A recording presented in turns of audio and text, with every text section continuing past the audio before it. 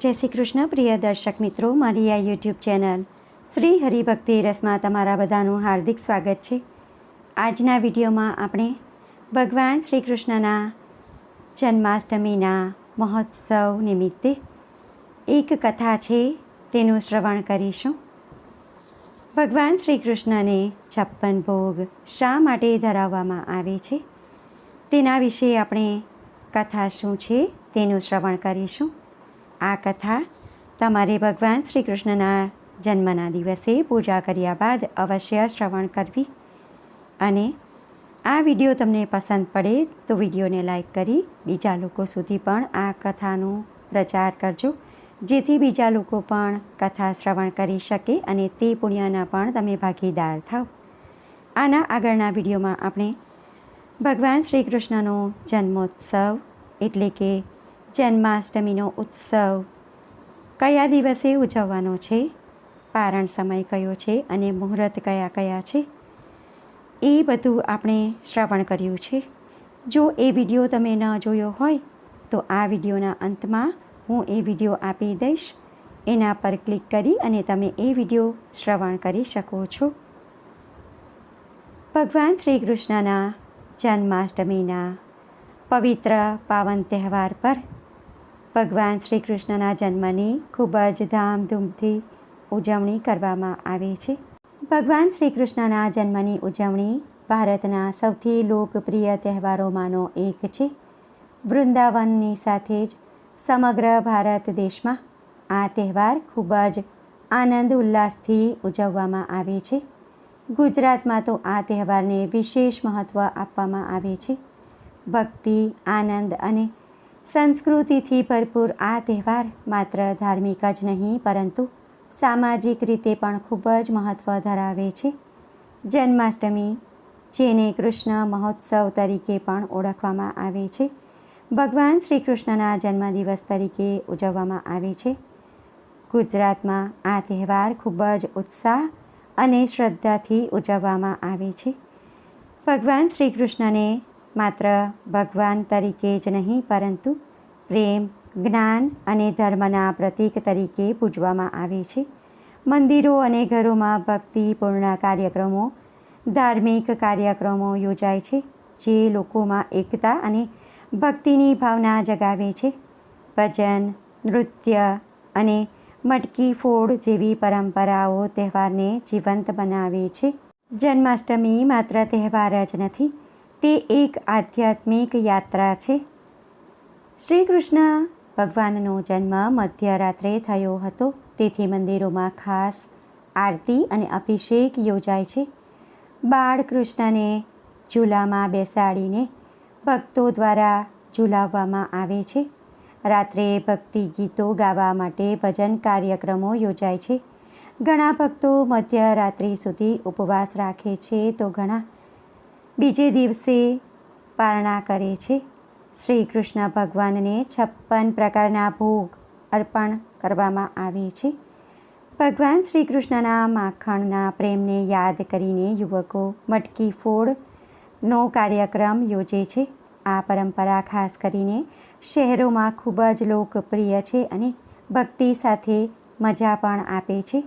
જન્માષ્ટમી એ માત્ર તહેવાર નથી, તે ભગવાન શ્રી કૃષ્ણના જીવન અને શિક્ષણને યાદ કરવાનો અવસર છે.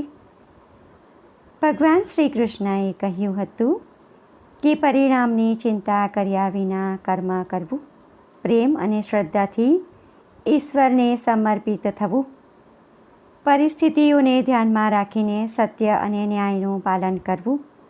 ઘણા લોકો રોજ ભગવદ્ ગીતાનો પાઠ કરે છે. જન્માષ્ટમીના દિવસે જરૂરિયાતમંદોને ખોરાક અને કપડાં આપવાનું ઘણું મહત્ત્વ છે, તેથી આ દિવસે દાન ખાસ કરવું જોઈએ. જન્માષ્ટમીના દિવસે વિશ્વભરના ભગવાન શ્રી કૃષ્ણના મંદિરોમાં ભગવાન વાસુદેવ શ્રી કૃષ્ણની પૂજા કરવામાં આવે છે.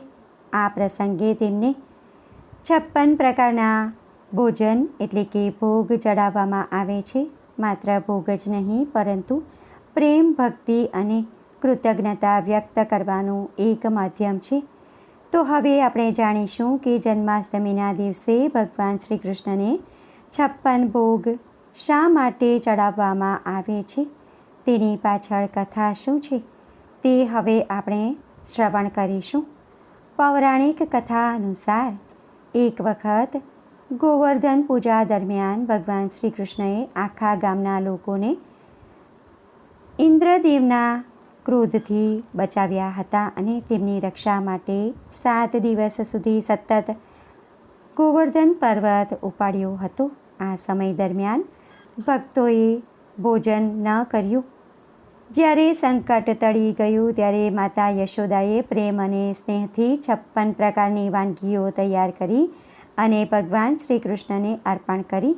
આ ઉપરાંત એક કથા એવી પણ છે કે ભગવાન શ્રી કૃષ્ણ દિવસમાં 8 વખત ભોજન કરતા હતા. 7 દિવસ સુધી ભોજન ન કરીને 7 × 8 એટલે 56 પ્રકારના ભોજન એક સાથે અર્પણ કરવામાં આવતા હતા, જેને 56 ભોગ નામ આપવામાં આવ્યું.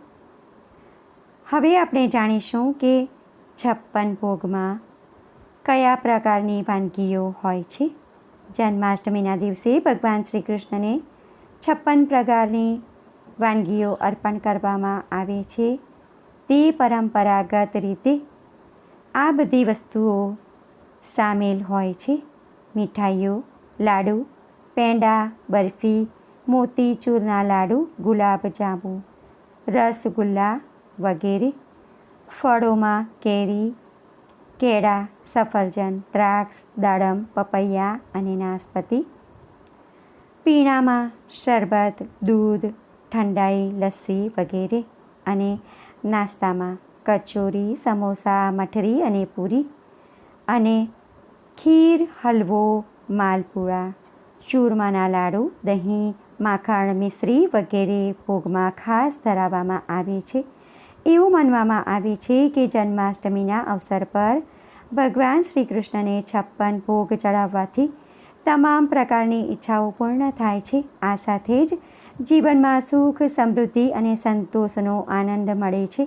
56 ભોગ પ્રેમ અને સમર્પણનું પ્રતીક છે, જેમાં ભક્તિની મીઠાશ દરેક સ્વાદ દ્વારા પ્રતિબિંબિત થાય છે. તો તમે પણ ભગવાન શ્રી કૃષ્ણના જન્મોત્સવના દિવસે પૂજા કરી રહ્યા છો, વ્રત કરી રહ્યા છો, તો શક્ય હોય તો 56 જાતની વાનગીઓ ભગવાનને ભોગમાં જરૂરથી ધરાવવી જોઈએ. અને જો તમે 56 પ્રકારના ભોજન ભોગમાં ન ધરાવી શકો તો ફક્ત માખણ અને મિશ્રી ભગવાન શ્રી કૃષ્ણને ભોગમાં જરૂર અર્પણ કરવી. આનાથી ભગવાન શ્રી કૃષ્ણ ખૂબ જ પ્રસન્ન થાય છે અને તમને ભગવાનના આશીર્વાદ પ્રાપ્ત થશે. ભગવાન શ્રી કૃષ્ણની કૃપાથી તમારા ઘરમાં સુખ, સમૃદ્ધિ અને ઐશ્વર્યની પ્રાપ્તિ થશે. તમારા પરિવારમાં બધાનું આરોગ્ય સારું રહેશે તથા માતા લક્ષ્મી તમારા ઘરમાં હંમેશા માટે નિવાસ કરશે. તો ભક્તો, આજના વિડીયોમાં આપણે ભગવાન શ્રી કૃષ્ણને 56 ભોગ કેમ અર્પણ કરવામાં આવે છે તે જાણ્યું. આશા કરું છું કે આજનો વિડીયો તમને પસંદ પડ્યો હશે. વિડીયો પસંદ પડ્યો હોય તો વિડીયોને લાઈક કરી બીજા લોકો સુધી વિડીયોનો પ્રચાર કરજો, જેથી બીજા લોકો પણ કથા શ્રવણ કરી શકે અને તે પુણ્યના પણ તમે ભાગીદાર થાવ. કોમેન્ટમાં જય શ્રી કૃષ્ણ ભગવાન જરૂરથી લખજો.